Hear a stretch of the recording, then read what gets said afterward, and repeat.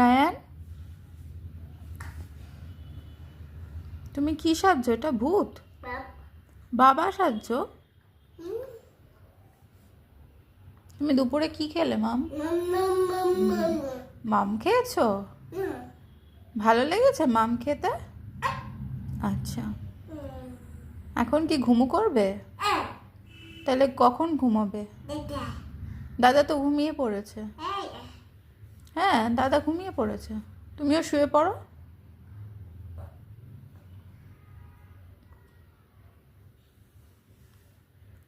তুমিও শুয়ে পড়ো। এটা কে? আমি তো ভয় পাচ্ছি। এটা কে? এই